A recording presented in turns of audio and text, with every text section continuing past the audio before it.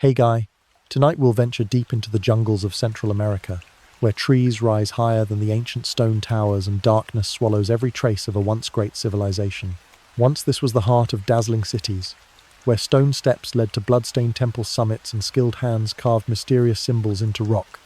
But then, it all vanished. Not in a single winter, but as if erased from time itself. You might imagine yourself wandering across an abandoned plaza, the wind whispering through ancient roots wrapped around crumbling walls, or standing before the doorway of a temple, no one alive, remembering the name of the god within. But don't worry, you're not alone. I'm here to tell you the story, and you only need to listen. If you enjoy dark tales from history, make sure to like and subscribe so you won't miss the next night's journey. Now tell me where you are and what time it is. It's fascinating to see people from all over the world sharing this same moment. So now, turn off the lights. Let a gentle breeze flow. Put on your headphones. In a few moments, the screen will slowly fade to black. Not a glitch, but to help your eyes drift away from the blue light, allowing your body to begin producing melatonin, the hormone that carries you into sleep and keeps you there. A little darkness will whisper to your mind, it's time to rest. And now, let's begin. In the year of our Lord, 1576, the highlands of Guatemala were a world that sought to swallow men whole. This was not a forest. It was a living, breathing entity, an emerald ocean that drowned the sky itself. The air, thick and wet, clung to the skin like a shroud, carrying the cloying scent of rot and nectar of life and death, locked in a ceaseless, humid embrace. They called it the land of many trees, but it was a desert all the same. A green desert where the sheer density of life choked out all sense of distance, all hope of a clear path forward. Here the mapmaker's warnings were not mere fantasy. Here at the frayed edges of the known world there truly were monsters. For the men of the Spanish expedition, every rustle of a leaf was a phantom spearman, every shadow a waiting jaguar. For their native porters the fear was older, deeper, a knowledge of spirits that dwelled in the gnarled roots of ancient trees, spirits who did not suffer trespassers lightly. Leading this procession into the abyss was a man of peculiar contradictions, Diego Garcia de Palacio. He was a magistrate of the governing council, a soldier of the Spanish crown, but his soul was a battleground between the sword and the quill. He felt the sting of biting flies and the weary ache in his bones, just like his men. He saw comrades wither from the bloody fluxes and the shaking fevers of malaria, that still mysterious scourge of the New World. Yet while his men saw only a hellish green labyrinth, Palacio's mind charted coastlines and calculated tonnage. His ambition was a fever all its own, burning hotter than any tropical sun. He was acting on the orders of a distant king, Philip II, tasked to inspect and catalogue these newly conquered provinces, a grand tour of subjugation. But his private dreams sailed far beyond this suffocating jungle. He envisioned a route across the Isthmus of Honduras, a vital artery connecting the colossal Atlantic Armada with the burgeoning Pacific Fleet. If he could achieve such a thing, the governorship of the Philippines would surely be his prize. And with it, ships. As many ships as he could muster for the conquest of yet more lands, for the greater glory of God and the ever-expanding, ever-hungry Spanish Empire. To the indigenous peoples forced to carry the burdens of these strange, bearded men, he was simply the latest warlord to carve a bloody path through their ancestral home. They saw the glint of his Toledo steel, the arrogance in his eyes, and knew him for what he was, another storm passing through the land of trees. The days bled into one another, a monotonous cycle of hacking and sweating. The rhythmic chop of machetes against stubborn vines was the only sound that could briefly silence the incessant thrum of insects. Razor-sharp leaves sliced at their hands and faces, leaving 100 tiny wounds that festered in the damp heat. The jungle was not merely an obstacle. It was an active, malevolent force, its thickets and roots seeming to regrow behind them as quickly as they were cleared. Then one afternoon the rhythm broke. A man at the head of the column stopped his machete, frozen mid-swing. He stared his face, a mask of confusion, at something jutting from the forest floor. It was not a root nor a fallen log. It was stone, and it was carved. Within minutes, the weary procession had halted entirely, a silent knot of men gathered around the impossible object. It was a corner, an angle too perfect for nature, a line drawn by a human hand where no human should have been. A whisper of unease rippled through the Spaniards. A deeper, more profound dread settled upon their native guides, who began to murmur prayers to their own forbidden gods. Driven by a sudden, consuming curiosity, Palacio pushed his way to the front. He ordered the men to clear the area, their movements now frantic, desperate. The monotonous chore had become a feverish excavation, and as they tore away the grasping vines and clawing branches, the forest began to surrender its secret. It was not just a corner, it was a wall, an immense sprawling structure of such impossible size and artistry that it stole the breath from their lungs. And it was not alone. More shapes began to emerge from the green gloom. Great towering mounds coated in centuries of foliage, their slopes too steep, their forms too deliberate to be hills. They were pyramids, slumbering under a blanket of green. The men could only stare, their exhaustion forgotten, replaced by a profound and chilling awe. They were trespassing in a graveyard of giants, a city of ghosts. They had stumbled upon something they were never meant to see, a world that should have remained lost, a secret kept by the jungle for 1,000 years. This was a place beyond their comprehension, a lunatic vision carved from stone, and the stones stared back. From the walls of elaborate buildings, countless faces emerged, their features a terrifying fusion of man and beast. Idols with snarling mouths and fangs bared in silent rage, gods of an unknown pantheon crafted with a skill that rivaled anything in the old world. Their gazes were not vacant. They were confident, mocking, ancient. They looked upon these Spanish interlopers not with surprise, but with a timeless, unsettling indifference, as if Palacio and his men were nothing more than insects crawling across their sacred domain.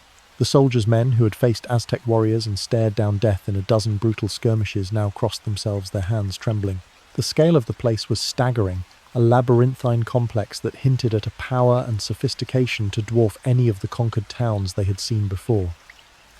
The great cathedrals of Spain were built over generations.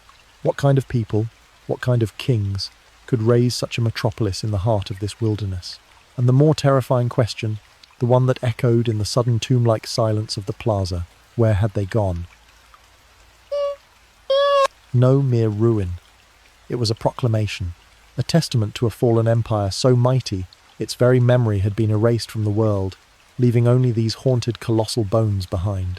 Palacio moved forward, his boots crunching on a pavement of shattered stone and fallen leaves. The air grew still, the cacophony of the jungle, receding, as if in deference to the city's immense slumbering presence. They had emerged into a vast plaza, a grand open space that seemed to mock the claustrophobia of the forest they had just escaped. It was a wound in the heart of the wilderness, a clearing so vast and deliberate it could only be the work of an empire. Across the plaza, a monumental staircase rose like a cliff face, its every riser and tread choked with a language of intricate alien symbols, a frozen waterfall of history that no man present could ever hope to read. To Palacio's men it was devil's scripture. To Palacio himself, a man educated in the classics, it was a silent, taunting testament to a lost literacy, a fallen intellect. His mind, trained on the histories of Rome and the glories of Castile, struggled to find a parallel. He had seen the ruins of the old world, but they were familiar ghosts, their stories told in languages he understood. This was something else entirely. This civilization had not been imported. It had grown from this very soil, drinking from the same dark waters and breathing the same humid air, and it had withered here alone. His soldiers, however, saw no such nuances. Their awe had curdled into a thick, superstitious dread. They clutched their rosaries, their eyes darting nervously towards the leering idols that lined the plaza. One man, a grizzled veteran named Rojas, swore under his breath that it was a vision of hell itself, a perverse parody of a Christian city built by demons. The snarling visages carved into the stone were not mere art. They were the faces of the damned, their silent screams trapped in the rock for eternity. The oppressive humidity now felt like the breath of some great subterranean beast, and the sweet cloying scent of unknown blossoms seemed like the perfume of decay. They saw not a forgotten metropolis, but a trap, a place where souls were lost, a grand and terrible monument to pagan depravity. Their mission had been one of conquest and conversion, but what use were their swords and their scripture against a foe that was already dead, a power whose ghost was more formidable than any living army they had yet encountered? They felt, watched, judged by the empty sockets of 1,000 stone eyes, and found wanting. Palacio turned to his native guides, hoping for answers, but found only a deeper, more primal fear. Their faces, usually stoic and unreadable, were now ashen. They refused to look directly at the largest of the stone figures. 8 immense statues of what appeared to be kings or priests, adorned in fantastically complex regalia. The porters huddled together, their whispers like the dry rustle of snakeskin. When Palacio pressed one of them, an older man whose people had lived in these highlands for generations, the man simply shook his head. his eyes wide with a terror that went beyond the Spaniard's comprehension. He would not speak the name of this place. He only gestured vaguely to the north, murmuring a fragmented story, a legend from a time before his own grandfather's grandfather. It was a tale of a great king, a lord from the sun-scorched lands of the Yucatan who had descended upon this valley like a god.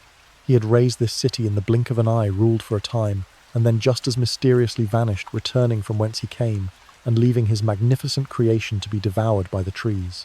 It was a child's story, a campfire tale, yet in this haunting, impossible city, it felt chillingly real. These ruins were not just abandoned, they felt forsaken. Ignoring the growing panic of his men, Palacio began a more systematic survey, his curiosity wrestling with his unease. He ran a hand over a stone altar, its surface unnaturally smooth, stained with patches of dark lichen that looked like ancient blood. He noted the terraces, the platforms, the sheer architectural ambition. He paced the length of the great plaza, thinking of the Colosseum in Rome, though this place felt older, wilder, and infinitely more alien. He scribbled notes, his mind already composing the report he must send to his king. This discovery was too significant to be lost in some forgotten soldier's tale. It changed everything. The accepted truth, the convenient lie, was that these lands were inhabited by primitives, by people as rude, he thought, as the natives of this province. But his own eyes delivered a stunning refutation. Savages did not build like this. They did not carve stone with such unnerving precision, nor conceive of cities on such a cosmic scale. A great power had once held its seat here, a civilized and advanced people, and the evidence of their fall was all around him in the mighty roots of the ceiba trees that split their temples asunder, a quiet, final victory of the green desert over the ambitions of men. As dusk began its slow, suffocating descent, the dead city transformed. The oppressive green of the day gave way to a world of deep, impenetrable blacks and shifting spectral greys. The air, already thick, seemed to congeal, and the symphony of the jungle swelled into a maddening chorus. The rasp of cicadas became a saw blade against the nerves, and the distant, mournful cry of a howler monkey sounded like a soul being torn from its body.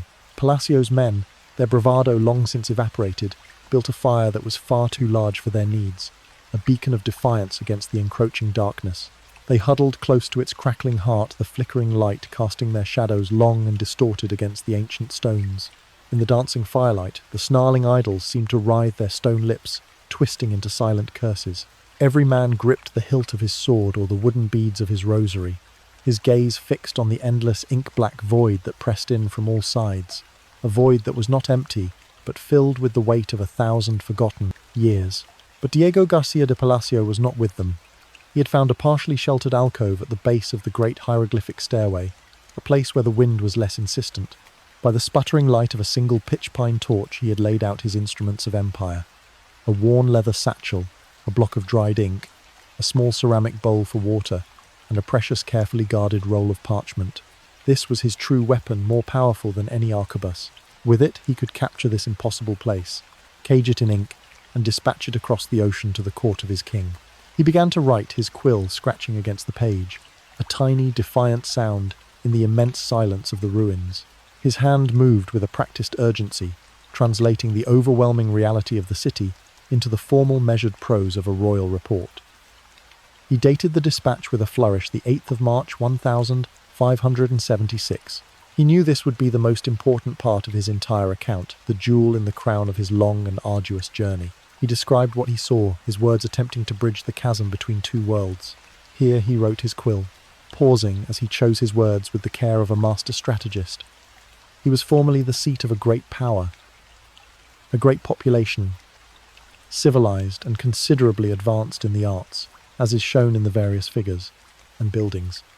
He wrote of the Grand Plaza, comparing it to the Colosseum of Rome, a familiar touchstone in an ocean of alien grandeur. He detailed the 8 great statues of men and women, their impassive faces staring into a future he could not imagine. He tried to capture the skill of their construction, the genius of their placement, but words felt clumsy and inadequate. How could he explain the feeling of standing before them, the sense of being an ephemeral creature in the presence of something eternal?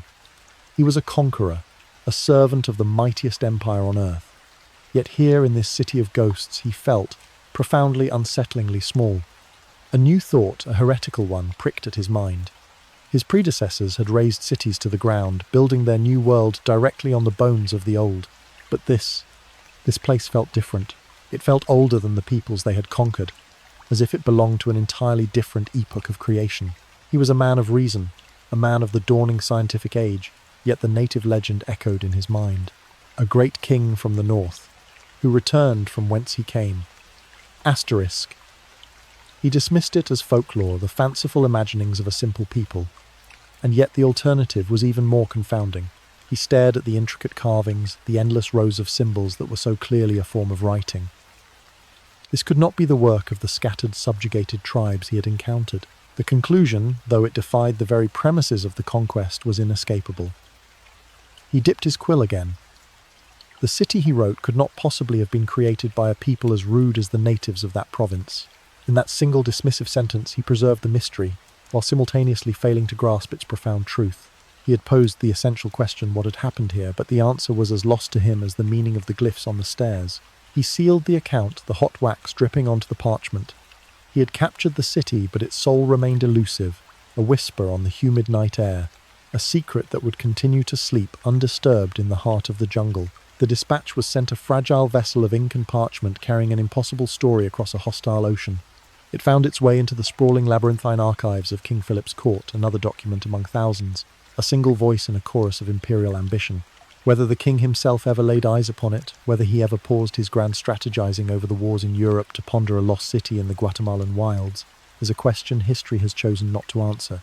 The report, like the city it described, was swallowed by a different kind of jungle, one of paper bureaucracy and royal indifference. Diego Garcia de Palacio, the man who had stood on the precipice of a forgotten world, would never receive the accolades he surely felt he deserved. The great vision that had burned so brightly within him, the dream of a transcontinental passage and the governorship of the Philippines, would slowly gutter and die. Fate, it seemed, had a more mundane, more ironic destiny in store for him. He would end his days not as a great governor, but as an undistinguished sea captain on the coast of Mexico, endlessly and fruitlessly hunting the very English marauders, men like Francis Drake, whose own legends were just beginning to be forged. Palacio and his men would go to their graves, clutching a fragmented, half-understood memory of a city of stone gods, their questions forever unanswered, their discovery fading into the realm of personal myth. For centuries the city slept. The path the Spaniards had so laboriously hacked through the undergrowth vanished within a single rainy season, leaving no trace. The jungle reclaimed its territory with a silent, inexorable finality. The howler monkeys still cried, their mournful laments from the canopy. The jaguars still padded silently through the plazas at night, and the stone idols continued their ceaseless mocking stare into the unchanging green. The world moved on. Empires rose and fell in Europe. Revolutions were fought, new sciences were born. But in the heart of the Peten time itself seemed to have stopped. The city of Copan, for that was its name, became a whisper once more, a secret kept by the earth itself. It would take nearly 300 years for another outsider to stumble upon its haunting majesty. 300 years for the questions Palacio had first posed to be asked again, this time with the tools and the knowledge to begin to unravel them. And what we now know, what Palacio could never have guessed, is that he was not walking in the ruins of a city, but in the ruins of a civilization. He was a latecomer to a tragedy that had unfolded a full 7 centuries before he was even born. The verdant, suffocating jungle that had so tormented his expedition was in itself an illusion. Some 800 years before his day, this entire peninsula was not a forest but a vast open landscape. The trees had been stripped away to make way for immense agricultural estates, for sprawling cities that housed tens of thousands, and for intricate networks of white stone highways that crisscrossed the land, connecting a leviathan, population of millions. During the so-called Dark Ages in Europe, when Anglo-Saxon kings fought petty skirmishes and Charlemagne's fragile empire was held together by little more than personal charisma, Central America was experiencing its classical zenith. Here cities of 50,000 souls and more thrived under the rule of philosopher kings, who commanded a knowledge of advanced mathematics, astronomy, and a writing system of staggering complexity. This was the world of the classic Maya, one of the most extraordinary civilizations the world has ever seen. And they had achieved it all by human hands alone, without the aid of draft animals, the wheel, or metal tools. Their pyramids were not built by slaves, but by a populace devoted to their god-kings and the cosmic order they represented. Recent surveys using technology that peels back the jungle canopy like a shroud have hinted at a population that may have dwarfed that of contemporary Europe, with untold millions living in a sophisticated, interconnected society. Palacio, in his arrogant dismissal of the rude natives, had been both right and devastatingly wrong. The Maya of his day, his Nuno, were different from their mighty ancestors, but not because of some inherent failing. They were the survivors of a Holocaust. They had lost as much as 90% of their numbers to diseases brought by the first Europeans' plagues that had leaped from the very livestock that the Old World took for granted. They were a people living in the shadow of their own apocalypse, clinging to the fragments of a world that had been shattered long before the Spaniards ever arrived. The great city of Copan was not just a ruin, it was a tombstone for an entire age of man. The river was a serpent, its slow brown coils wrapping themselves around the foundations of the dead city. For centuries after Palacio's visit, it had been gnawing patiently at the eastern edge of Copan's great acropolis. It was a second, more insidious death. Not the swift, feverish collapse of a civilization, but the slow, grinding erosion of its memory. Year after year, the current, swollen and powerful in the rainy seasons, would undercut the sacred precinct. There was no sudden cataclysmic flood.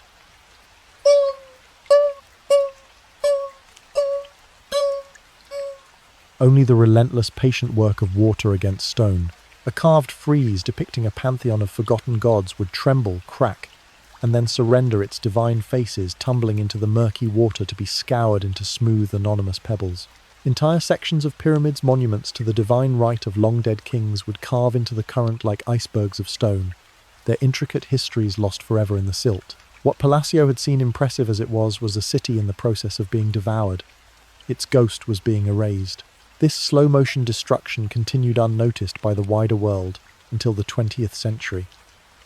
In 1936, men of a different empire arrived, not with swords and crosses, but with transit levels and dynamite. The scholars of the Carnegie Institute, horrified at the river's voracious appetite, realized that if nothing was done, the very heart of Copan would be gone within a generation. Their solution was as drastic as the problem. They would not merely build a wall, they would move the river itself. It was an act of immense hubris, a modern echo of the monumental ambition of the city's original builders.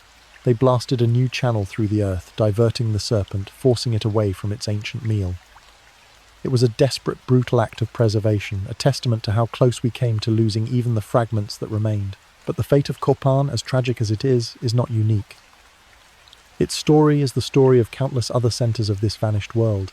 Many other cities, some perhaps even grander, have been lost not to the patient work of nature, but to the swift and merciless blade of modern progress. They lie buried under the sprawling concrete of new urban centers, their pyramids bulldozed to make way for housing developments, their sacred plazas paved over for parking lots. Their secrets in the form of priceless pottery, jade masks and inscribed stone panels did not dissolve in a river, but disappeared into the clandestine world of the black market. Stolen from the earth under the cover of darkness, they now reside in the climate-controlled vaults of wealthy, anonymous collectors. Their stories silence their beauty. Visible only to a privileged few, the loss is incalculable, a hemorrhaging of history that continues to this day. And yet, despite the ravages of time, water, and human greed, the tapestry of Maya civilization is slowly, painstakingly being rewoven. Some 40 or so massive classic sites have now been located and studied, each one a unique thread, each adding its own color and texture to the grand design. Crumbling walls and palaces, their surfaces coated with the fading pigments of their foundation stories, whisper their tales to the archaeologists who now walk their silent halls. The great superpowers of this world, the megasites of Tikal and the mighty snake kingdom of Calakmul, are now seen as the twin pinnacles of this achievement, pored over by historians, epigraphers, and art historians alike. But a constellation of other immense centers existed alongside them: the fortress of Caracol, the causeway-linked city of Cobar, the palace city of Palenque, and of course the artistic jewel of Copan. Each a kingdom, each a universe unto itself, and each a piece of a puzzle so vast and complex we have only just begun to assemble it. And yet even these near unfathomably massive and impressive places, the pinnacles of what was thought to be a civilization's zenith, often pale in comparison to an even earlier time, a pre-classic first flourishing of Maya society, a genesis of giants. At forgotten sites like Nakbay, and most astonishingly, El Mirador, a vision of this primordial power emerges. These cities, whose names were unknown to the wider world until well into the 20th century, were not tentative first steps. They were titanic leaps. The Great Pyramid of El Mirador, a sprawling man-made mountain known as La Dunta, may very well be the largest pyramid in the entire world by sheer volume. It is a structure so colossal, so ancient, that it rewrites our very understanding of this civilization's trajectory. It suggests that the Maya did not gradually ascend to greatness. They exploded onto the world stage. Their earliest kings commanding a power so absolute, a vision so grand, that their successors in the classic period could only seek to emulate it. The secrets of these first kingdoms, however, are still held tight by the earth. Their glyphs yet to be found, their stories waiting for the right key to unlock them. Despite the breathless claims of modern-day soothsayers and conspiracy theorists, there never was a real Mayan apocalypse. The collapse of the classic cities in the 9th century was not an ending, but a profound and traumatic transformation.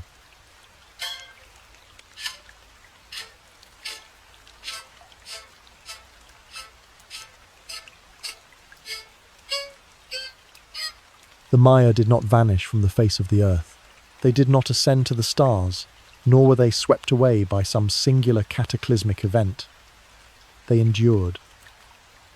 They changed their ways, adapting to a new political and environmental reality. A post-classic society developed, carrying with it the same fundamental culture, the same cosmology, and for the most part the same writing system.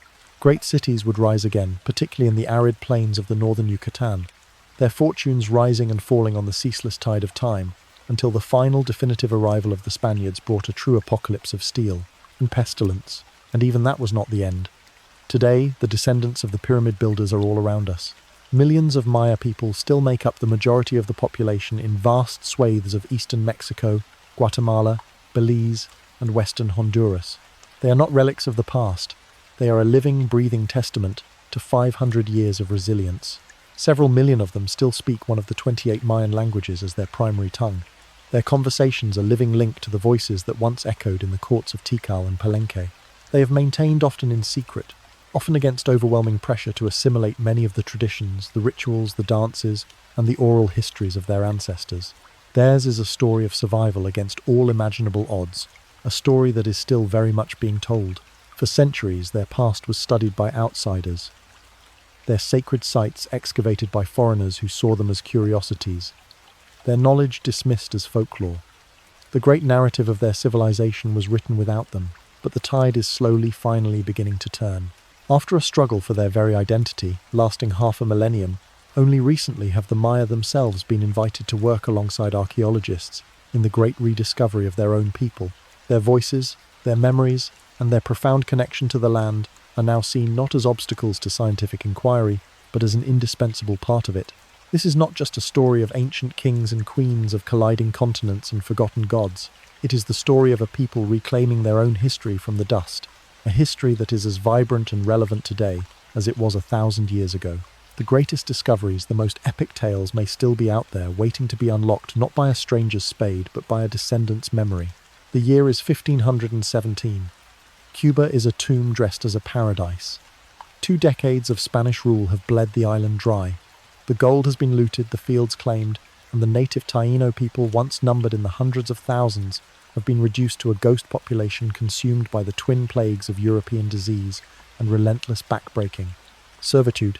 For the restless men who now call this island home, the professional soldiers, the landless adventurers, the men whose only trade is violence, the peace is a kind of prison. An island, no matter how beautiful, is still a cage. And so their eyes turn west towards the setting sun, towards the empty spaces on the map, where fortune, glory, and fresh souls for the taking might still be found. This was the very beginning of the age of the conquistadors, an era forged in the crucible of this insatiable hunger. At the head of this new venture is a man named Francisco Hernandez de Córdoba, a wealthy Andalusian hidalgo, whose fortune, it seemed, was not enough to satisfy his ambition. He has organized an expedition of 3 ships crewed by over 100 men just like him, desperate, greedy, and possessed of a courage that borders on madness. This is not a voyage of discovery in the noble sense.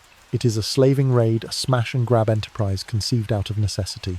They are sailing in search of new lands, yes, but more importantly, new laborers to work, the Cuban estates, and new sources of gold to replenish the Spanish coffers. They are pirates with a royal sanction, cutthroats with a holy banner, sailing toward a world they cannot imagine for reasons they understand all too well. Their 3 ships, little more than wooden coffins tossed on the vastness of the ocean, push off from the shores of Cuba and into the unknown. For 21 days the sea is their tormentor. Storms lash their fragile vessels, the groan of timbers a constant funeral dirge. The sun beats down mercilessly, turning the decks to griddles and the brackish water in their casks to poison. The existential dread of the uncharted ocean settles upon the crew like a physical weight. Every dawn reveals the same sight, a featureless, hostile void, an endless expanse of water and sky that seems to mock their very existence. This is a place beyond God's grace, a realm where sea monsters and krakens might be more real than the distant promise of land. Their only compass is the fading rumour of islands to the west, their only fuel the blinding, feverish dream of gold. Then on the 22nd day, a cry from the crow's nest, raw and cracked with thirst, a bird. Then a smudge on the horizon, a darker line separating the endless blue of the sea from the endless blue of the sky. It is land. As they draw closer, their spirits soaring, they see a coastline unlike any they have known. Pristine tree-lined shores run past pearl-white sands, and beyond the tree line something impossible rises, catching the morning light. It is white, geometric, and unmistakably the work of human hands. It is a pyramid, then another. The Spaniards stare, their thirst and fear momentarily forgotten, replaced by a singular galvanizing thought: gold. But on the shore, hidden from view, another world holds its breath, utterly unaware that its final age has just dawned. The longboat scraped against the sand with a grating sound that was music to the Spaniards' ears. They stumbled onto the shore, their legs unsteady after weeks of confinement, feeling the solid earth beneath their boots with a mixture of relief and profound suspicion. The air was different here. It was heavy laden with the scent of damp earth salt and 1,000 unknown blossoms. Before them, a pristine woodland ran down to meet the pearl-white beach, and beyond the tree line, the white stuccoed walls of pyramids and temples gleamed in the tropical sun, so bright they hurt the eyes. It was an advanced settlement, a city of stone that seemed to rise organically from the very landscape. For men accustomed to the mud and wattle villages of the Caribbean islands, it was a vision of shocking sophistication. One of them, remembering tales of the East, christened it Gran Cairo, Great Cairo, for lack of a better frame of reference. The name, born of ignorance and old-world arrogance, would stick a testament to their inability to comprehend what they were seeing. They advanced cautiously, a tight knot of steel and sweat, their hands never far from their swords. The city was silent, its wide, empty avenues seemingly asleep in the midday heat. But they were not alone. From the doorways of the stark white buildings, figures began to emerge. They were not the naked, cowering natives the Spaniards had expected. These were a proud, sturdy people, their bodies painted with intricate designs of black and red, their expressions a mixture of curiosity and a deep, unnerving calm. They carried no visible weapons, yet there was a formidable quality to their stillness, a silent authority that unsettled the jumpy conquistadors. Tense, cautious greetings were exchanged, gestures, trinkets, a forced smile from Cordoba that did not reach his eyes. Small items were traded, but there was no real understanding, only a fragile, momentary truce between two worlds that had just collided. Then from the shadowed entrance of the largest temple the priests appeared, and the atmosphere changed in an instant. The soldiers' muttered prayers died in their throats. These were not men of God as the Spaniards understood the term. They were figures from a nightmare. Their long, tangled hair was matted into stiff, grotesque dreadlocks, caked and blackened with the dried blood of countless sacrifices. Their white robes were stained with fresh crimson, and their eyes held a fanatic's gleam, looking not at the Spaniards, but through them.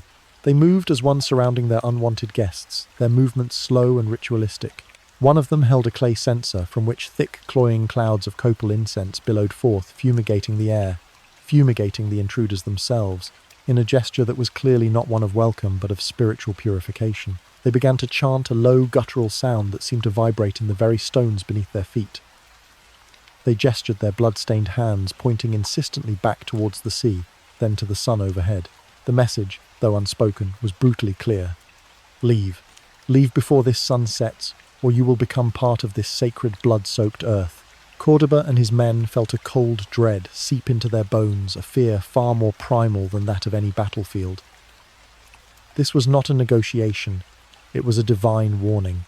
They had blundered into a holy place at a holy time, interrupting rites they could not begin to fathom.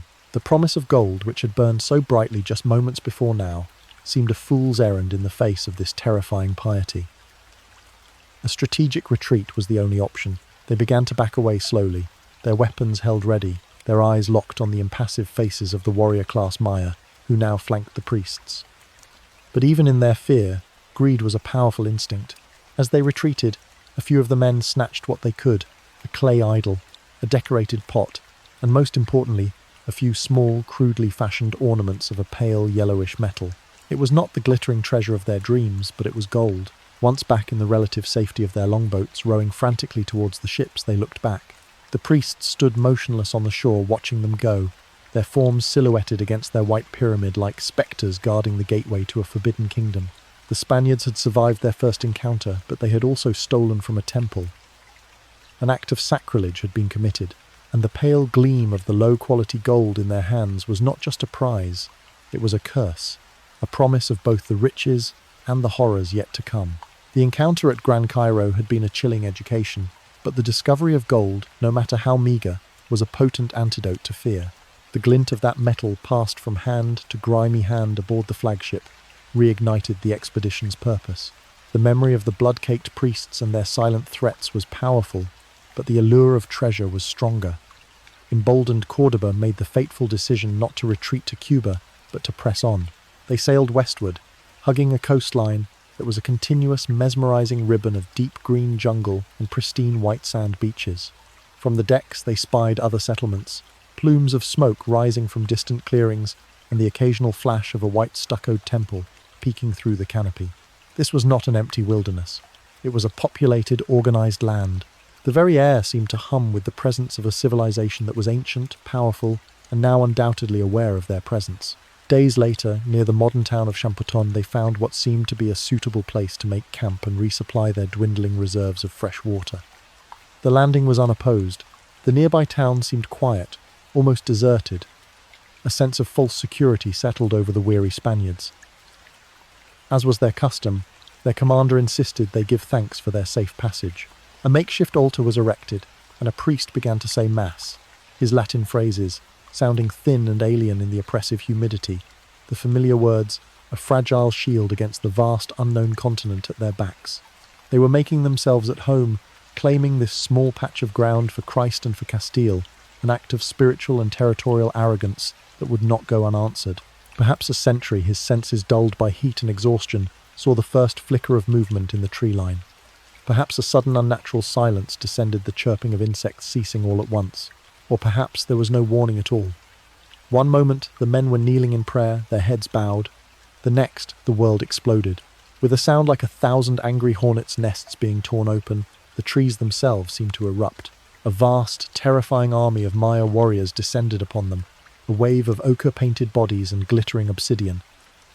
They moved not with the chaotic rage of a mob, but with the disciplined fury of a veteran fighting force. A storm of flint-tipped arrows arced through the air, thudding into wood, sand, and flesh with sickening finality. Men who had been praying seconds before now screamed, clutching at shafts protruding from their chests and throats. The Spaniards, caught completely off guard, scrambled for their weapons, their prayers turning to curses. The battle that followed was a maelstrom of confusion and terror, a brutal close-quarters butchery on the sands. The superior steel of Spanish swords was met with the crushing force of Macuahuitl wooden clubs, edged with razor-sharp obsidian blades that could sever a limb with a single blow. The Maya warriors were relentless, their faces contorted into masks of divine rage, their war cries a deafening roar that drowned out the screams of the dying. The Spaniards fought with the desperation of cornered animals, but they were outnumbered, outmaneuvered, and utterly overwhelmed. In the bloody chaos, 57 of their number were cut down, their armour proving little defence against the sheer ferocity and volume of the assault. Nearly every other man, including Cordoba himself, was wounded, riddled with arrows, and bleeding from a dozen gashes. As the terrified survivors scrambled back to their longboats, a chaotic, panicked retreat, they left their dead and dying comrades behind on the blood-soaked shore. The last thing one of them, a young soldier named Bernal Diaz del Castillo, would remember seeing was the victorious Maya warriors swarming over the fallen Spaniards. They were not looting the bodies for armour or weapons. They were stripping them of their clothes, their movements swift and practiced. And then to Diaz's horror they began to dance. They danced in the stolen breeches and doublets of the dead, a grotesque, triumphant ballet on the edge of the sea. It was not mere celebration. It was an act of profound ritual humiliation, a symbolic consumption of the enemy's power. The message was as clear as the one delivered by the blood-soaked priests. This land had its own gods, its own rules, and it would not be conquered easily. As the ships limped away from that cursed shore carrying their cargo of wounded and dying men, the dream of easy riches had died, replaced by the grim reality of a long and bloody war. The voyage back to Cuba was a floating inferno of agony and despair. The ship's decks, once a stage for dreams of conquest, were now a charnel house. Men lay groaning in the stifling heat, their wounds festering, their bodies racked with fever. The salt air, which had once promised adventure, now stung their open sores, a constant fiery reminder of their humiliating defeat. There were no surgeons, only comrades offering useless prayers and sips of brackish water. Francisco Hernandez de Cordoba, the proud hidalgo who had led them into this hell, was among the worst. He lay on a sweat-soaked pallet, his body a map of Maya fury pierced by as many as 12 arrows. Each lurch of the ship sent fresh waves of torment through him. He would not live to see Cuba again, dying in a delirium of pain and regret somewhere on the open sea, his dreams of gold dissolving into a final bloody haze.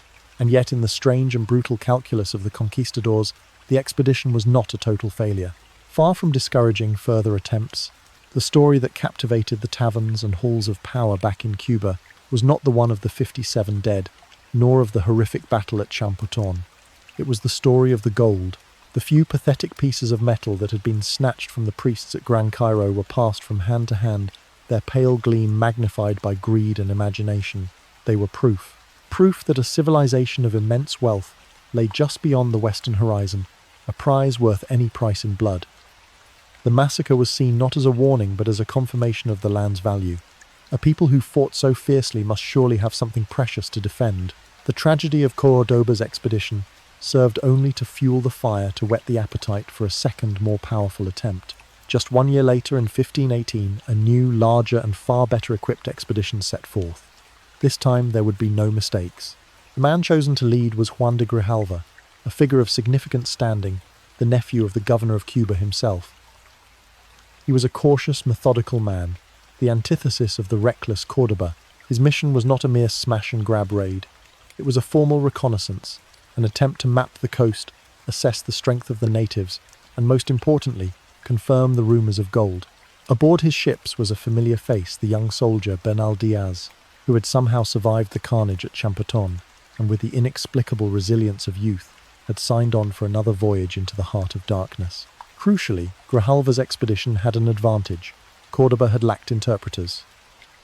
2 Maya men captured at some point during the last ill-fated voyage had been brought back to Cuba. Over the past year they had been taught Spanish, their minds becoming a vital bridge between 2 incomprehensible worlds. They were living trophies, proof of the strange new land, but their true value lay in their voices, their ability to translate not just words, but intentions.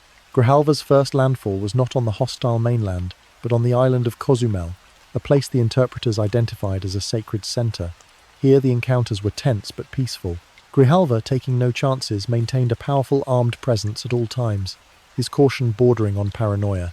He was a man haunted by the ghosts of Champoton. He knew that one wrong move, one moment of weakness, could unleash the same terrifying fury that had consumed his predecessor. This time the Spaniards would be the ones to set the terms of engagement.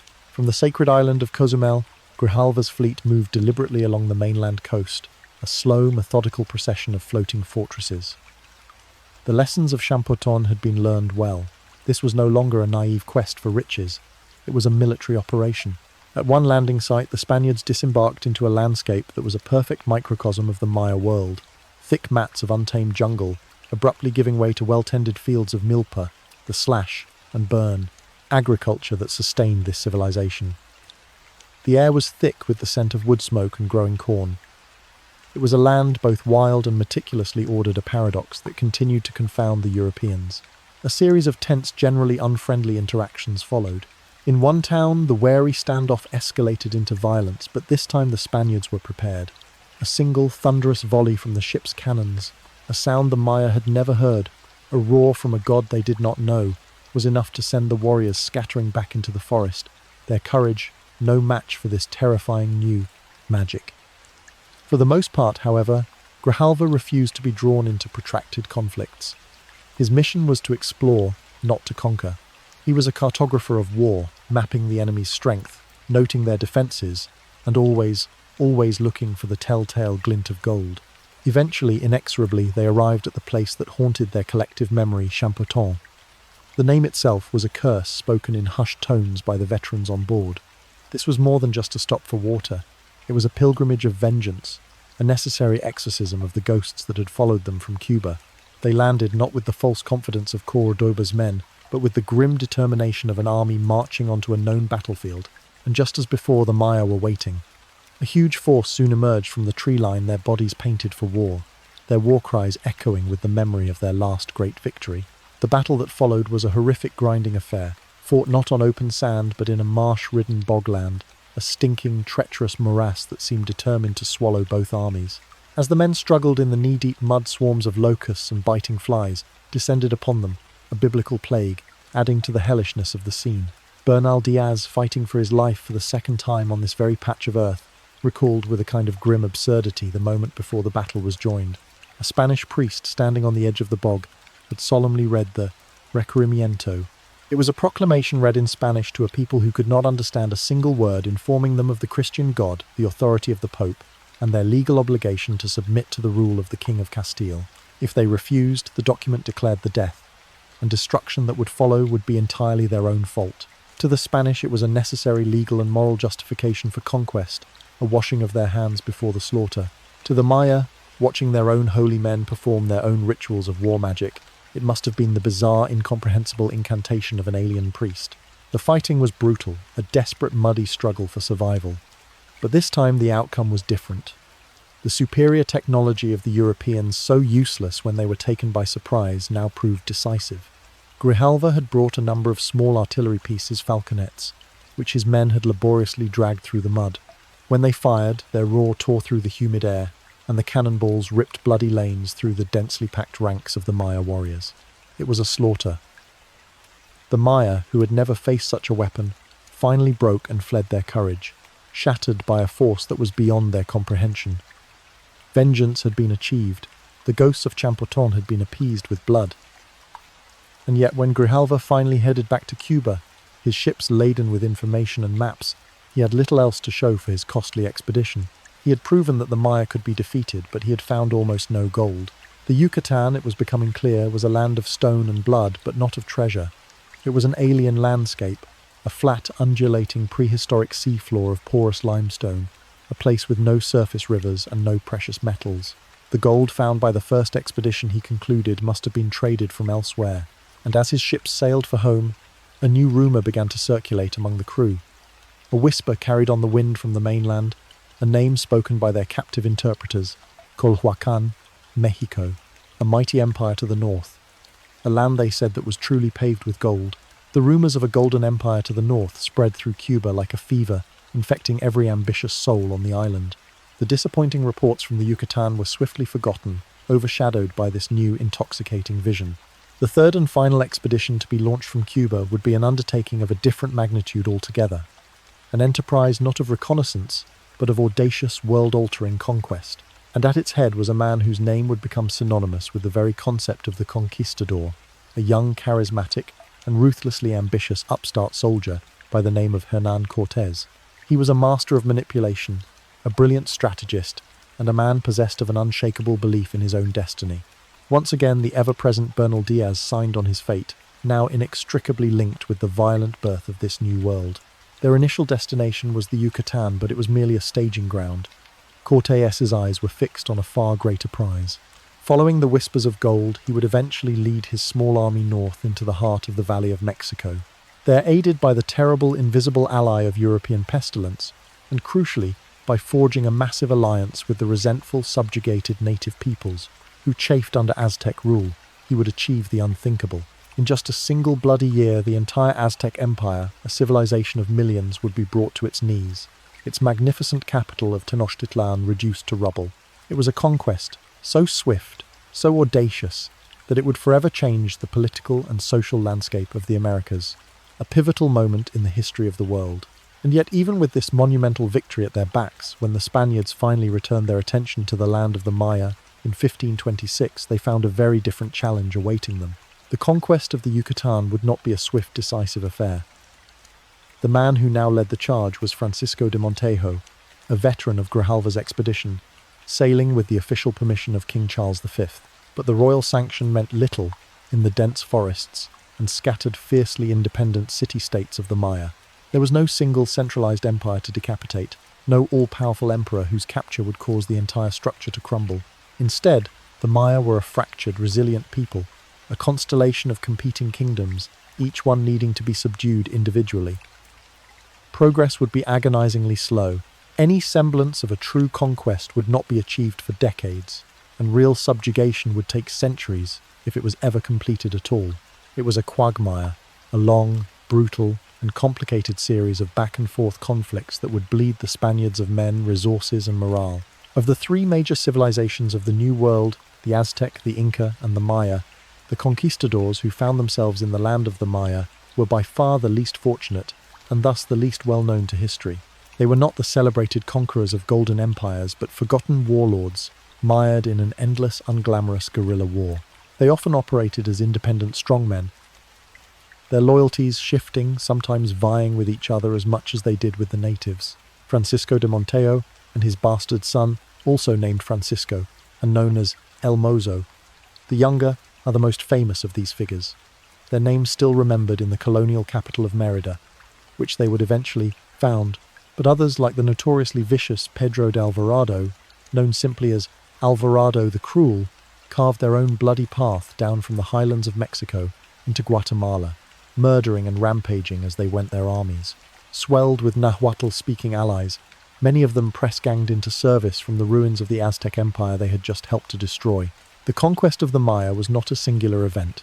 It was a piecemeal, multi-front war, a slow, cancerous growth of Spanish power into a land that refused to die. In the northern Yucatan, the grim task of subjugation fell largely to Francisco de Montejo, El Mozo. He was a man forged in his father's ambitious, often brutal image, and he pursued the conquest with a relentless, single-minded ferocity. The war he waged was not one of grand, set-piece battles, but of terror and attrition. He understood that to break the Maya spirit, he had to unmake their world, to sow such horror that resistance would seem not just futile, but unthinkable. To this end, he unleashed his lieutenant's men, who seemed to take a sadistic pleasure in their work. The most infamous of these was Gaspar Pacheco, a man whose name became a byword for cruelty. Pacheco's campaigns were not military operations. They were orgies of violence. He tortured, mutilated, and destroyed his way through the countryside, leaving a trail of smoking villages and desecrated temples in his wake. Anyone unfortunate enough to fall into his hands was burned alive, or in a particularly grotesque display of power fed to his war dogs. The violence was not random. It was strategic. We are told in the horrified chronicles of men like Bishop Diego de Landa that Pacheco's soldiers specifically targeted beautiful young women, not for lust, but for exemplary execution. It was a calculated act of psychological warfare, a gruesome warning to the Spanish soldiers themselves, not to go native, not to breed with the Maya, and dilute the purity of their colonial project. This was a war not just for land, but for the very soul of the future, a future in which the Maya were to have no part. It was an attempt to carve a clear, unbridgeable line of blood and fear between the conqueror and the conquered. Yet despite this campaign of systematic terror, the Maya spirit was not so easily broken. In one particularly significant battle around the year 1535, a local king named Nachi Cocom, a name that still echoes in the annals of Maya resistance, rallied his warriors for a final, desperate stand. The chosen battlefield was a place of immense symbolic power, the once mighty city of Chichen Itza.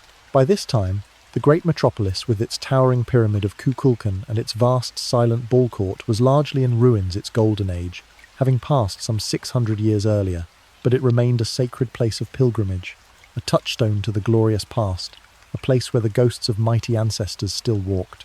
There, in the shadow of the great palaces of their forebears, a place that reminded them of who they had been and what they were fighting for, the Maya achieved the impossible.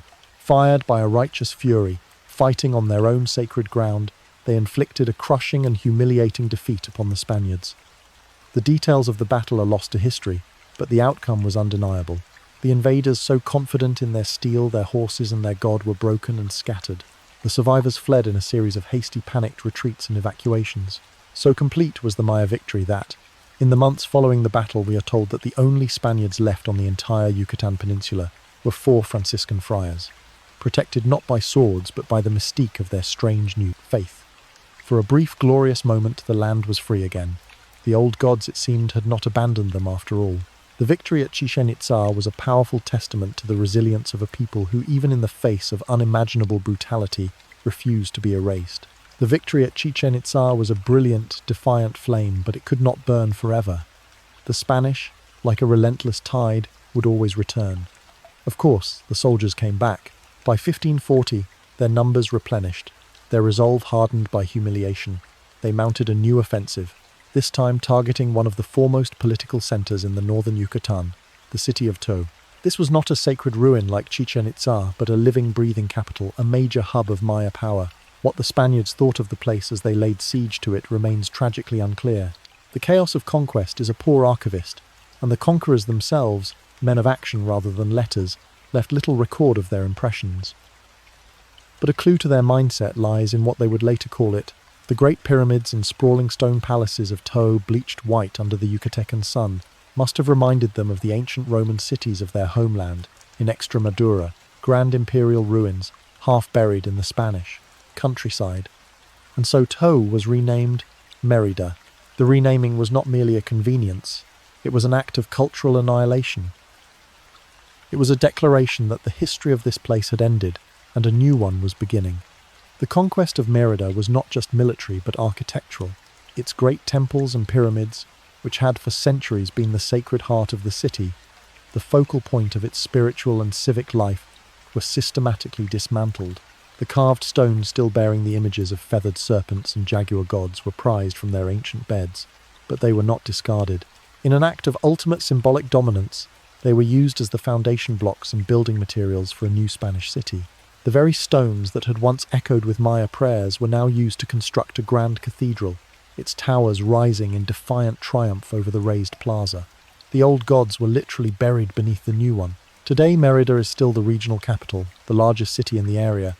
Its colonial architecture, a beautiful haunting testament to the violent birth of a new world, a city built from the bones of another. The fall of Merida was a turning point. Finally, in 1546, a decisive breakthrough occurred. Tutul Xiu, the most powerful chief in the influential province of Mani, a man who had resisted the Spanish for years, made a pragmatic, soul-altering decision. Seeing the futility of further bloodshed, he converted to Christianity.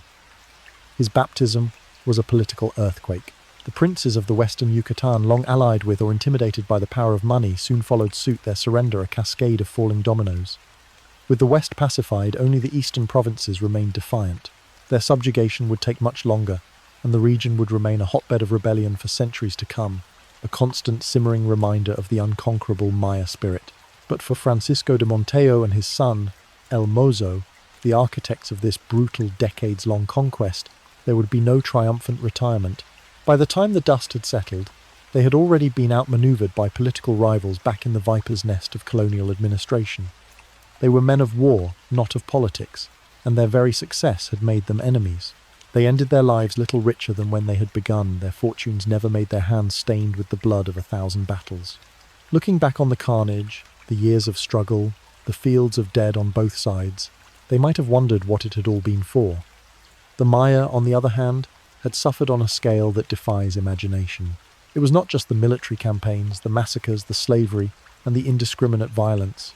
It was the ravages of an enemy they could not see, an enemy that travelled on the breath of the conqueror's European disease, devastating pestilences like smallpox, measles, and influenza, to which they had no natural immunity, swept through their communities like a wildfire.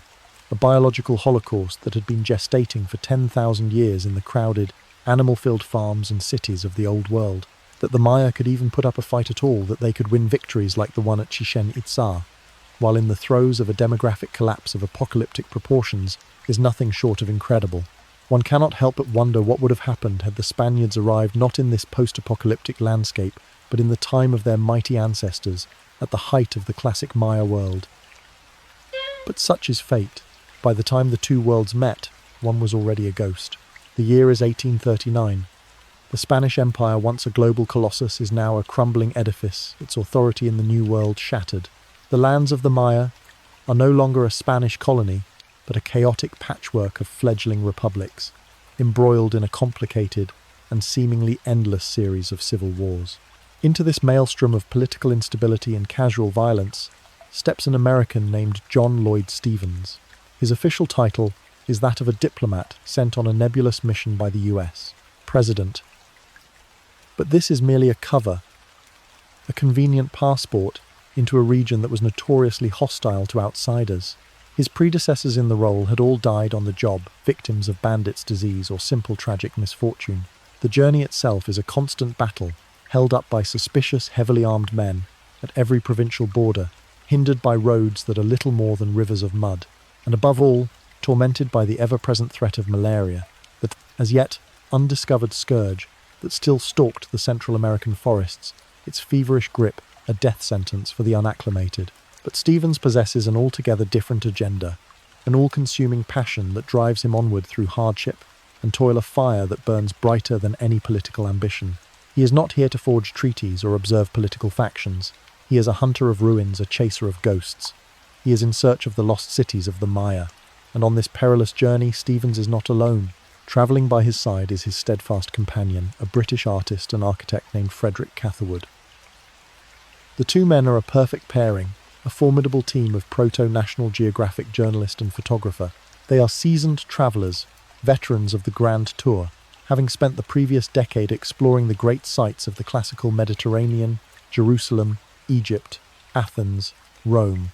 They have delved into the ancient mysteries of the Old World, and now their imaginations fired by tantalizingly vague reports of immense ruins hidden in the American jungle, they have set their sights on the new. Catherwood is no mere travel sketcher. Trained as an architect, he possesses a meticulous eye for detail and a draftsman's precision.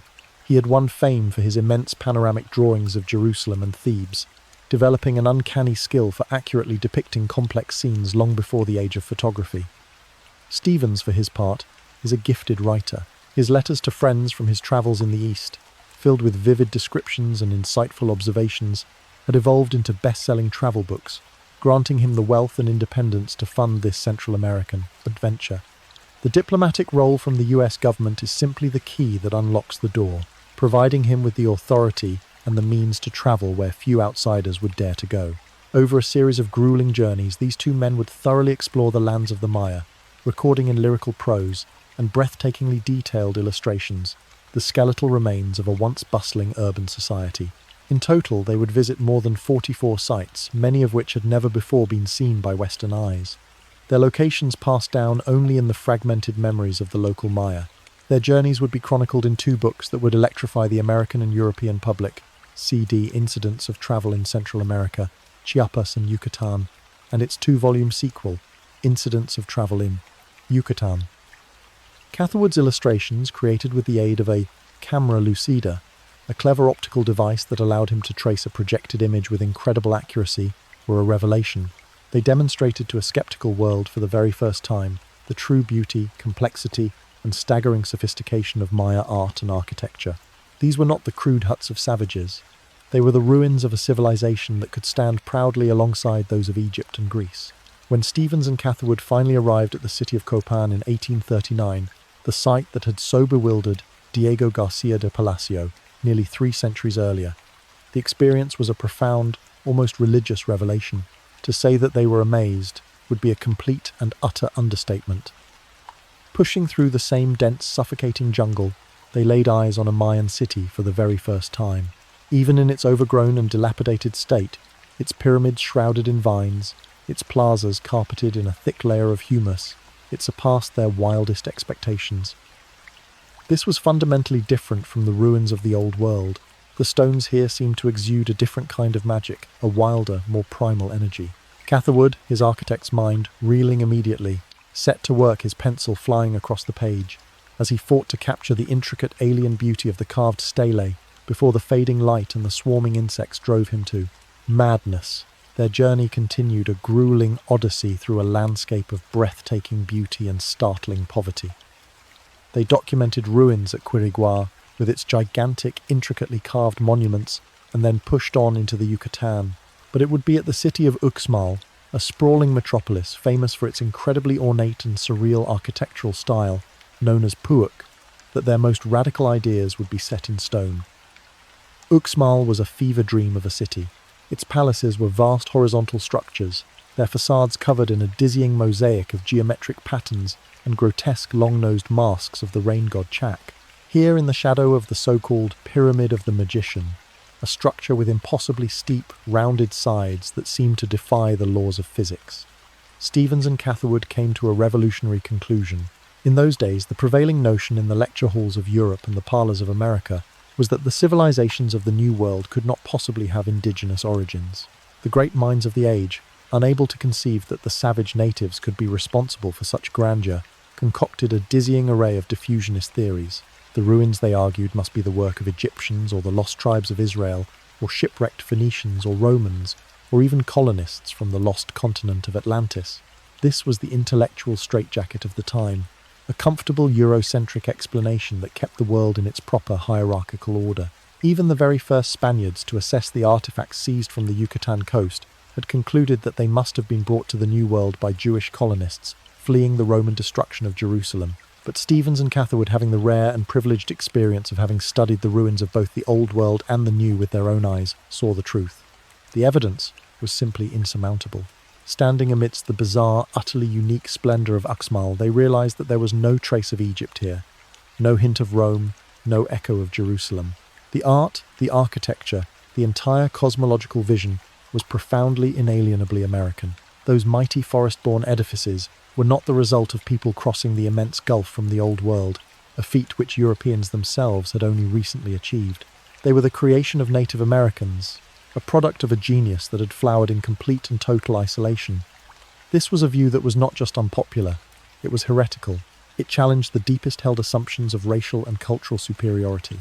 In the pages of his book, Stevens would articulate this stunning insight, declaring that these ruins were the works of the same races who inhabited the country at the time of the Spanish conquest. It was a simple declarative statement that would ignite a revolution in American archaeology and forever change our understanding of the past.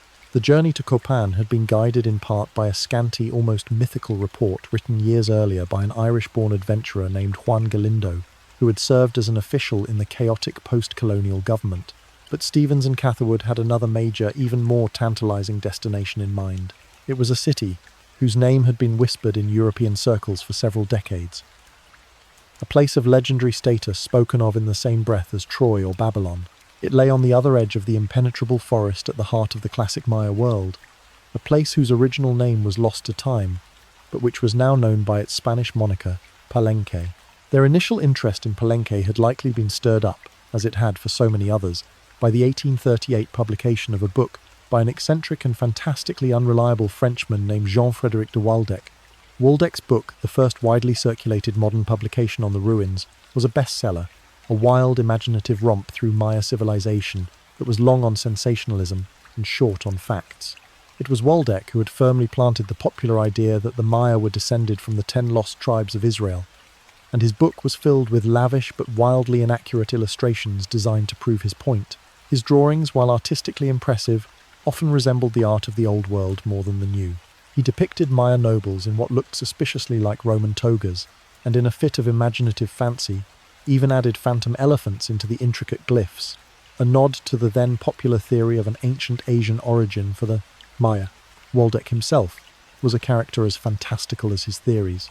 Claiming descent from the Dukes of Waldeck-Pyrmont, he boasted of a life straight out of an adventure novel, a royalist and a revolutionary in his youth, a friend to both Marie Antoinette and Robespierre, a decorated soldier in Napoleon's Egyptian campaign and a world traveller who had journeyed by river all the way from Peru to Mexico. He claimed friendships with Lord Byron, William Pitt, and even King George III, and was said to have died at the astonishing age of 109. While most of his claims are impossible to verify and likely apocryphal, we do know that in 1832 he spent an entire year living in the ruins of Palenque, drawing and speculating to his heart's content, funded by Lord Kingsborough and an Irish baron who was equally obsessed with the lost tribes theory. Waldeck was just the latest in a long line of explorers who had projected their own old-world fantasies onto the ruins of Palenque. When the city was first rediscovered by the wider world in the 1772, these wild theories were the norm. An early surveyor, Antonio Bernasconi, submitted remarkably misleading drawings of Maya lords dressed in Spanish-style knee breeches. At the end of the 18th century, another official investigator, Antonio del Rio, working on orders from the King of Spain, confidently declared the ruins to be Greco-Roman in origin, a conclusion he celebrated by sampling and looting a great deal of the site, even as late as 1839, at the very same time that Stevens and Catherwood began their journey. A parallel British expedition to Palenque, led by colonial officials, arrived at the ruins after a grueling march and promptly hypothesized an Egypto-Indian origin. It was into this fog of wild speculation and romantic nonsense that Stevens and Catherwood arrived. They came not with preconceived theories, but with open eyes and a profound respect for empirical evidence. And while the likes of Waldeck and Del Rio would be relegated to the footnotes of history, remembered more for their eccentricities than their contributions, the work of Stevens and Catherwood would endure. Their powerful evidence-based argument for an indigenous American origin for Maya civilization, combined with Catherwood's stunningly accurate illustrations, would begin the slow, arduous process of sweeping away the colonial fantasies and allowing the real history of the region to emerge from the shadows. The age of archaeology was about to begin. Stevens and Catherwood were without question men of vision, their insights a radical departure from the prejudices of their time. And yet they were still men of their time, their actions viewed through a modern lens seeming profoundly contradictory. While they championed the indigenous genius of the Maya, they also saw the ruins as treasures to be claimed. In a move that seems shocking today, they attempted to buy the entire city of Copan for the princely sum of $50, with the intention of having its magnificent stelae cut into sections and shipped block by block up the river to be reassembled in a grand museum of the Americas in New York. Their plan was born not of malice, but of a genuine, if misguided, desire to preserve the monuments from the encroaching jungle and the neglect of the local government. They saw themselves as saviors rescuing a forgotten heritage for the world, a world whose cultural center was in their minds unquestionably shifting to the United States. But fate had other plans. Their grand museum project would end in a fiery tragedy. The building in New York that was to house their collection, which also contained Catherwood's massive life's work panoramas of Jerusalem and Thebes, burned to the ground in a catastrophic fire. Everything was lost. The priceless Maya artifacts they had managed to collect, Catherwood's stunning dioramas, all turned to ash and smoke. The loss left Catherwood financially ruined and spiritually broken. The twin tragedies of their respective ends were not far off. Malaria, the relentless foe that had stalked them through the jungle, finally caught up with Stevens, his body succumbing to the fevers he had so long defied. Catherwood would die at sea, not in a tropical storm, but in the cold Atlantic, a passenger on a steamship that sank after a collision. The two men who had unveiled a lost civilization to the world met their own untimely, almost prosaic ends. Despite the tragic failure of their museum, the impact of their work was undeniable and lasting. Their central thesis that the great cities of the jungle were built by the ancestors of the very people who still lived impoverished and marginalized in their shadows was a powerful seed. It allowed other freethinkers and scholars to begin the long, slow work of building a true history of the region, free from the romantic fantasies of lost tribes and sunken continents. And yet by the time of their deaths, so much remained unknown. Their work had focused on the architectural grandeur of the sites, but the intricate glyphs that covered every monument remained a complete and utter mystery. They were a tantalizing silent script, a history that could be seen but not read. The legends and rumors they had collected from the local Maya spoke of still other, even greater cities lost in the vast unexplored wilderness of the Petén, places with names like Tikal and Yaxchilan. Soon they too would be uncovered. The story Stevens and Catherwood had realized was just beginning, and what a story it was turning out to be. Nearly 200 years later, after generations of travelers, scientists, adventurers and researchers have followed in their footsteps, the scale and complexity of Maya civilization has come into breathtaking focus. We now know that the Maya were a people of staggering intellectual achievements, masters of mathematics, astronomy and calendrics, their knowledge in these fields often surpassing that of their Old World contemporaries. They were architects of genius, sculptors of sublime skill, and painters whose vibrant murals, like the ones discovered at Bonampak, reveal a world of courtly intrigue, brutal warfare, and profound religious devotion. Great discoveries are still being made. The uncovering of the superpower city of Calakmul, a rival to the mighty Tikal, has only happened in recent decades, and archaeologists are certain that even more cities, more paradigm-shifting discoveries, still lie hidden beneath the jungle canopy waiting to be found. The more we learn about them, the more our respect deepens, and the more we realize that the journey of discovery begun by Stevens and Catherwood is far from over. The first Europeans to set foot on the mainland of the Yucatan did not arrive as conquerors, but as desperate, half-drowned wretches delivered by the cruel whims of the sea.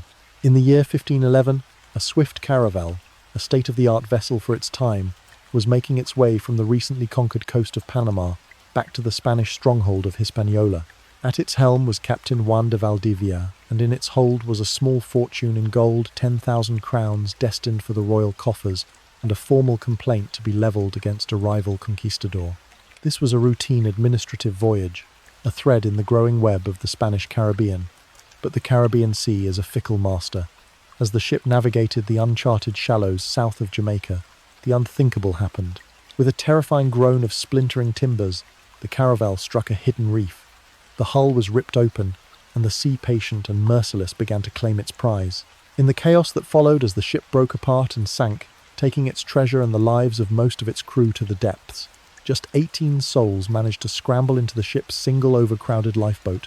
There were 16 men and 2 women, their faces a mask of shock and terror, their fine clothes already soaked with salt water. They were adrift. They had no sails, not enough oars to go around, and only a vague sense of their location. They were a tiny, insignificant speck on an immense, indifferent ocean, their fate now entirely in the hands of the currents. With no food and no fresh water, their situation quickly became desperate. The tropical sun beat down on them, blistering their skin and boiling their brains. Thirst became a torment, a fire in their throats that drove some to madness, their pleas for water turning into incoherent babbling. One by one, 7 more died, their bodies unceremoniously tipped over the side to be reclaimed by the sea. The survivors, gaunt and skeletal, could only watch their own strength, ebbing away, their hope reduced to a single primal instinct for survival. After 13 days of this floating hell, their tongues swollen, their eyes sunk deep into their skulls, they were unceremoniously deposited by the current onto the shores of an island. They had drifted unbeknownst to them all the way to Cozumel, the sacred Isle of the Maya, a place cut off from the old world for more than 10,000 years. For the priests and priestesses of the moon goddess Ixchel, the patroness of medicine and childbirth, the arrival of these strange, emaciated castaways was not a surprise but a divine omen. Cozumel was a place of pilgrimage, drawing travellers from all over the Maya world. The sea was a sacred entity, a giver of life, and sometimes of unexpected bounty. And so the custodians of the shrine, far from assuming the malnourished Europeans to be gods, saw them for what they were, gifts from the spirit world delivered by the waves. The castaways, too weak to resist, were taken into the island's main settlement. Their initial relief at being rescued quickly curdled into a new, more profound terror. They were not treated as guests, but as curiosities, as sacred objects. Soon enough, Captain Valdivia and 4 of his men were separated from the others and taken up the steps of the main temple. A crowd had gathered in the plaza below their faces, painted, their voices rising in a rhythmic, expectant chant. The 5 Spaniards were laid out one by one on a convex stone altar. Their chests were sliced open with razor-sharp obsidian knives. Their still-beating hearts, held aloft by the high priest for all to see, were offered to the thirsty gods. The bodies, we are told by the horrified survivor, who later recounted the tale, were then butchered and cooked, the roasted flesh, ceremonially consumed by the priests and nobles. As brutal and barbaric as this seems to the modern mind, it was a deeply ingrained, profoundly meaningful part of Maya society. It was not murder. It was a sacred duty, a way of maintaining cosmic balance, of ensuring the rising of the sun and the coming of the rains, the survival of the universe itself. The Spaniards were not people. They were sustenance for the gods, their life force, a necessary ingredient in the continuation of the world. The remaining 13 survivors, including the 2 women, were not immediately sacrificed. Their fate, they soon discovered, was arguably worse. They were kept in a sturdy wooden cage in the centre of the town, put on public display like exotic animals. They were to be fattened up for a later festival, their bodies nourished and strengthened so that their life force would be a more potent offering to the gods. They were fed well, a rich diet of maize, beans and turkey, but every mouthful was a reminder of their impending doom. The psychological torment was relentless. One of the prisoners, a particularly difficult and rebellious soldier, finally snapped. In a fit of rage, he attacked his captors and was swiftly subdued, his skull split open with a stone axe. Miraculously, he survived the blow, if one could call it that. He lived on for 3 more years, his mind shattered, a dim-witted, drooling clown, kept for the amusement of a local chief, a living ghost whose fate was a constant, terrifying reminder to the others. For the rest, as their bodies gradually regained strength, so too did their will to live. They were not warriors for nothing. Watching their captors learning their routines, they began to plot. Finally, one moonless night, they managed to break out of their cage, their movements silent and desperate. They slipped through the sleeping town and into the jungle, their only thought to put as much distance as possible between themselves and the sacrificial altars of Cozumel. They were free, but they were also lost fugitives in a land they did not understand. Eventually, after days of wandering, they were captured by another group of Maya on the mainland. This time, however, luck was with them. They had fallen into the hands of a more merciful, or perhaps simply more pragmatic ruler, a chief by the name of Archaeological, who seemed content to allow them to live on as his slaves rather than as offerings for the gods. The years that followed were a long, slow grinding down of the human spirit. The relentless, backbreaking work of grinding maize into flour, a task traditionally performed by women, took its toll. The unfamiliar diseases of the New World, to which they had no immunity, thinned their numbers further. One by one they died, their bodies buried in unmarked graves, their names forgotten. In the end, only 2 men survived this long ordeal, and the fate of each would be very different, a stark illustration of the 2 paths available to a man stranded between worlds. One, a Franciscan friar named Geronimo de Aguilar, clung fiercely to his faith and his identity. For 8 long years he resisted assimilation, his only solace the tattered breviary he had managed to keep with him. He was a man suspended in time, his Spanish growing rusty, his skin burned dark by the sun, his appearance more that of a wild hermit than a man of God. When Hernán Cortés's expedition arrived on the coast in 1519, drawn by rumours of bearded men living among the natives, they found Aguilar. He was a ghost from their own world, a voice from the past. He would go on to play a vital, indispensable role in the conquest of Mexico. His knowledge of the Mayan language, combined with that of the Nahuatl-speaking Malinche, forming the crucial linguistic bridge that allowed Cortés to communicate, negotiate, and ultimately to conquer. The other survivor, a common soldier named Gonzalo Guerrero, chose a different path. He did not resist. He adapted. A man of action and a skilled warrior, he quickly gained the favour of a local king, Nachan Khan. He rose through the ranks, his military expertise proving invaluable in the constant warfare between the Maya city-states. He embraced his new life completely. By the time Cortés sent for him, offering him a chance to return to the Spanish world, Guerrero resolutely refused.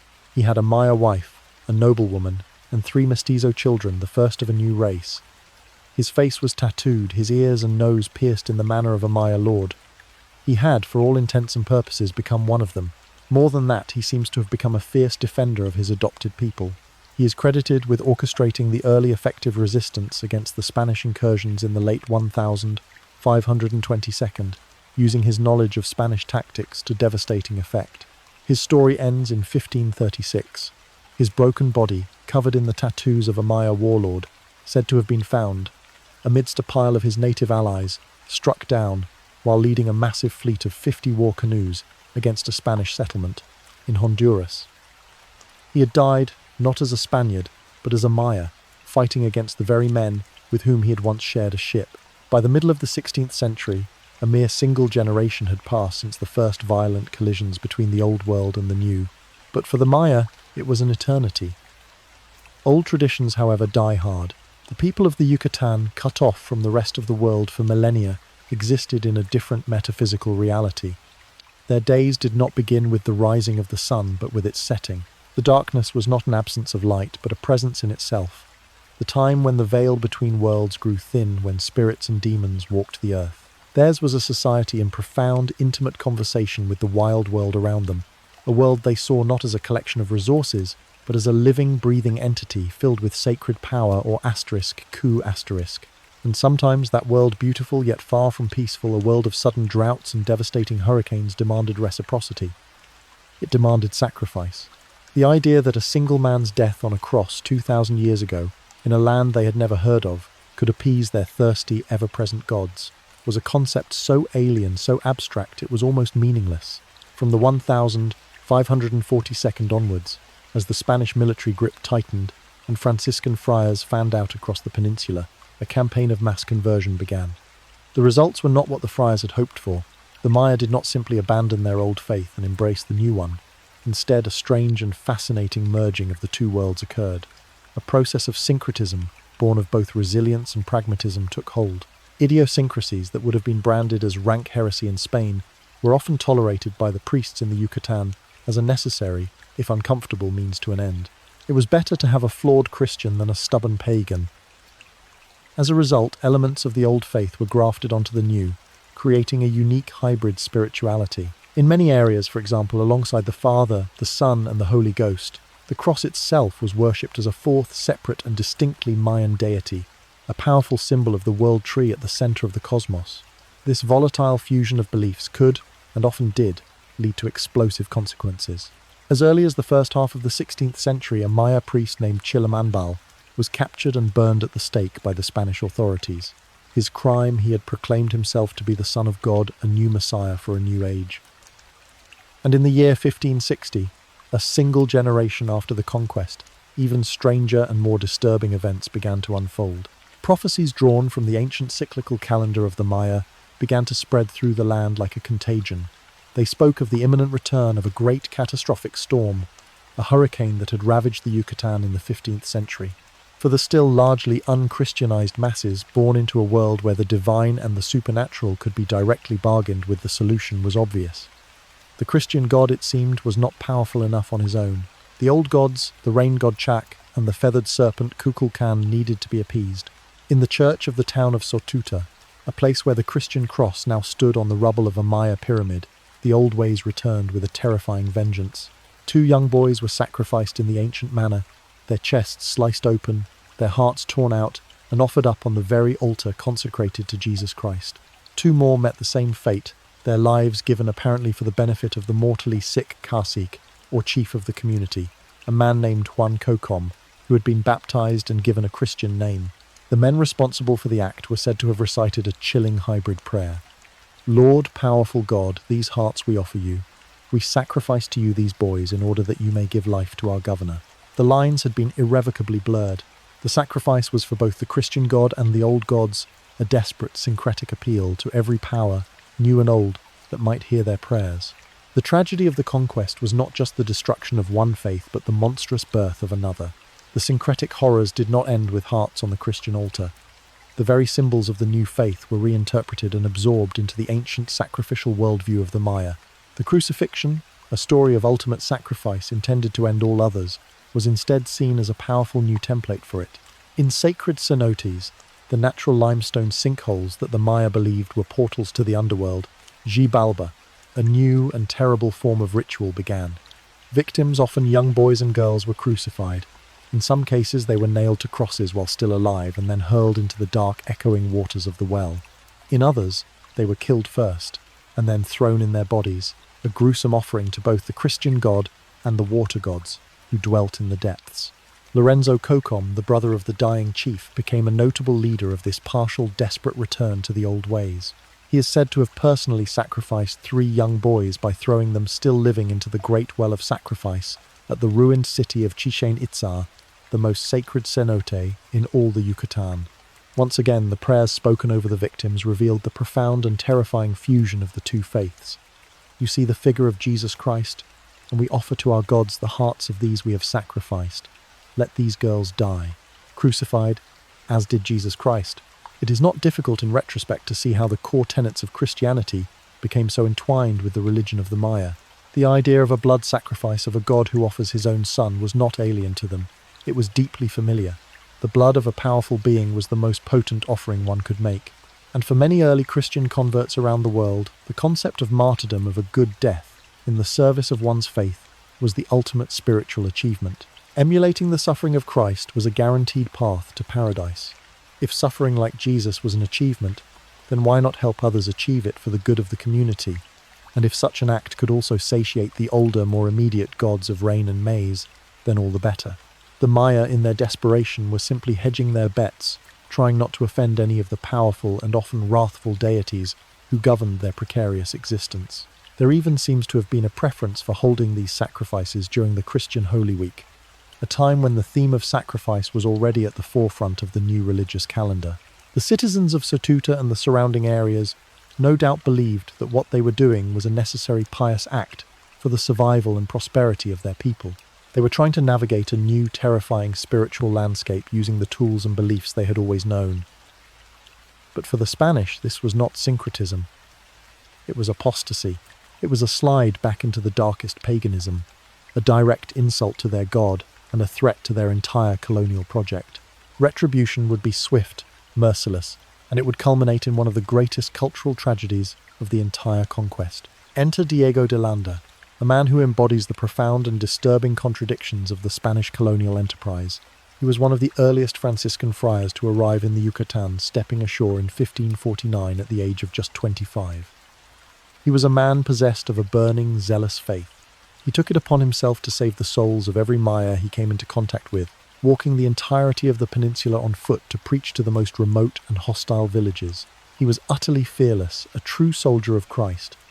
Early in his career, his biographer tells of an incident where he single-handedly stumbled upon a crowd of 300 Maya, about to sacrifice a young boy.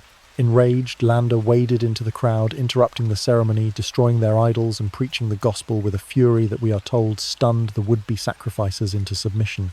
For him, there was no room for compromise, no possibility of syncretism. There was only one God, and all other gods were demons to be vanquished. By 1561, Diego de Landa was no longer a young itinerant friar. He was a veteran churchman, the provincial of his order, a man of immense power and authority in the Yucatan. When the horrifying reports of the crucifixions and sacrifices at Sotuta finally reached him, his reaction was one of righteous apocalyptic fury. As far as he was concerned, the time for preaching was over. The soul of the entire province was infected with a demonic heresy, and the only solution was to cut it out with fire and steel. The acting governor, Diego Quijada, readily agreed. There was only one thing for it: Inquisition, just as had happened, and would continue to happen in the brutal religious wars that were tearing Europe apart. Diego de Landa was granted special ecclesiastical powers to prosecute and question heretics outside the normal constraints of the law. He was now judge, jury, and inquisitor, his authority absolute. Much of what we know of the terrible events that followed comes from the meticulous records kept by Landa himself, a man who documented his own atrocities with a chilling bureaucratic detachment. Upon hearing of the approach of the Spanish inquisitorial force, Lorenzo Cocom, the leader of the sacrificial cult, committed suicide, choosing a quick death over the slow, agonizing one he knew awaited him. Thousands of others would not be so lucky. The orgy of publicly executed systematic violence that followed in the town of Mani, where the Inquisition was centered, is difficult to comprehend. Over a period of several months, 4,549 men and women were rounded up, paraded through the streets in a ritual of public humiliation, and then tortured on a mass scale in the town square.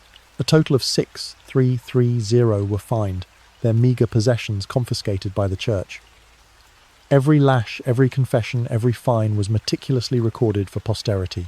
Some of the accused suffered as many as 200 lashes, their backs flayed to ribbons. Several died from their wounds before they could even confess. Others were hung upside down by their feet, naked with heavy stones tied to their ankles, the blood rushing to their heads until they passed out or capitulated. Still more suffered the excruciating agony of being tied to the garrucha, a pulley system that hoisted them into the air by their wrists, which were tied behind their backs, dislocating their shoulders with a sickening pop. All the while, priests and inquisitors moved through this hellish open-air torture chamber, their dark robes a stark contrast to the naked, bleeding bodies of their captives. They dripped scalding hot wax onto the exposed flesh of the victims, their voices a constant, insidious whisper, urging them to confess, to name others, to reveal the location of their hidden idols. In front of each writhing victim, they ever-presently held out parchment and ink, ready to record any confession, no matter how nonsensical that might be, gasped out in a moment of unbearable pain. Perhaps most horrid of all was a technique reserved for individuals deemed to be particularly recalcitrant. The mouth of the victim would be forced open as gallons of water were poured down their throat. The torturers would then jump on the hideously distended belly, causing a grotesque mixture of blood and water to pour from the victim's mouth, nose, and ears. It is not known exactly how many died as a direct result of torture on those terrible days, but the number is estimated to be around 200. And yet for Diego de Landa, this physical suffering was merely the prelude. The real tragedy, the one that would echo down the centuries, was yet to come. The goal was not just to break their bodies, but to erase their memory, to burn their entire world to the ground. As the tortures continued, the confessions inevitably began to mount. Under the relentless agony of the garrucha, Juan Cocom, the chief whose illness had sparked the initial sacrifices, eventually admitted to having 3 idols hidden in his possession. But this was not nearly enough for the insatiable inquisitors. The torture was reapplied, the questions becoming more, leading the pain more exquisite. After what must have felt like an eternity of torment, he admitted to 20 more. Only after Juan Cocom had confessed to possessing a total of 29 idols was he finally allowed the sweet respite of unconsciousness. What these idols were exactly remains unclear. They could have been anything from ancient sacred carvings to simple household effigies, but under torture, a clay pot could become a demon, a family heirloom, a pact with Satan. In his own writings, Landa describes the total haul, similarly extracted from the leading figures of the town, a priceless trove of cultural heritage that had been hidden since the Spanish conquest. The inventory reads like a funeral dirge for a civilization: 13 great carved altar stones, 22 smaller ritual stones, 197 ornate ceremonial vases, and most importantly of all, 27 deerskin rolls of priceless pre-conquest hieroglyphic writing. These were the sacred books of the Maya codices, containing their history, their science, their religion, their very soul recorded in a complex and beautiful script that the Spaniards could not and did not care to understand. They were the accumulated wisdom of 1,000 years, a library of a lost world. In July of 1562 inch, a grand public ceremony, known as an auto da fe. Everything that had been confiscated was brought out into the plaza in front of the church at Mani, the very church built from the rubble of a Beca, Maya temple. A great bonfire was lit. The sacred stones were smashed apart with sledgehammers. The ornate pottery was shattered, and then, as the assembled Maya, their bodies broken and their spirits crushed, were forced to watch Diego de Landa himself cast the 27 precious codices into the flames. We found a large number of books in these characters he would later write with a chilling lack of remorse, and as they contained nothing in which were not to be seen. Superstition and lies of the devil, we burned them all, which they regretted to an amazing degree, and which caused them much affliction. He had not just burned books, he had burned a people's memory. It was an act of cultural genocide, so profound, so absolute, that its consequences are still felt today. Of the hundreds, perhaps thousands of Maya books that once existed, only a mere 3 or 4 are known to have survived this Holocaust. The brutality of the Mani Inquisition was so extreme that it became controversial even among the Spanish themselves. The local bishop, a rival of Landa's, was horrified and lodged a formal complaint. Landa was eventually recalled to Spain to account for his actions before a royal commission. But in the end, after years of legal wrangling, his actions were deemed to have been justified, a necessary, if regrettable measure, to stamp out a dangerous heresy. He was exonerated and would eventually return to the Yucatan as its new bishop. The persecutions and purges would continue, if perhaps with less public spectacle. The tragedy at Mani was just the most infamous example of a process that went on for centuries, resulting in many areas in the complete and total severing of the Maya people's connection to their own literate past. In time, even their traditional dress with its ornate patterns and woven symbols would be banned, seen as a subtle, stubborn carrier of the old pagan ways. The world of the Maya, once so rich in art, science, and literature, was being systematically, deliberately, and successfully erased.